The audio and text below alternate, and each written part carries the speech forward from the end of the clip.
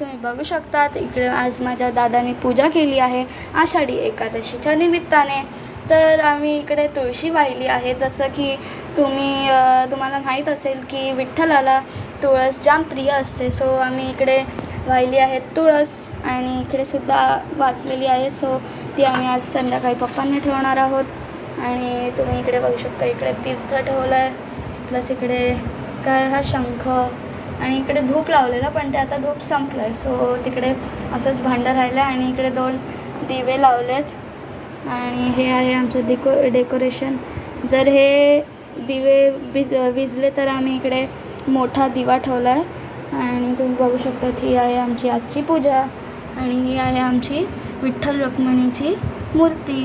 जर तुम्हाला मूर्ती आवडली असेल तर तुम्ही कमेंट करून सांगा कशी वाटली. तर आपण आता ब्लॉगच्या पुढे भेटूया.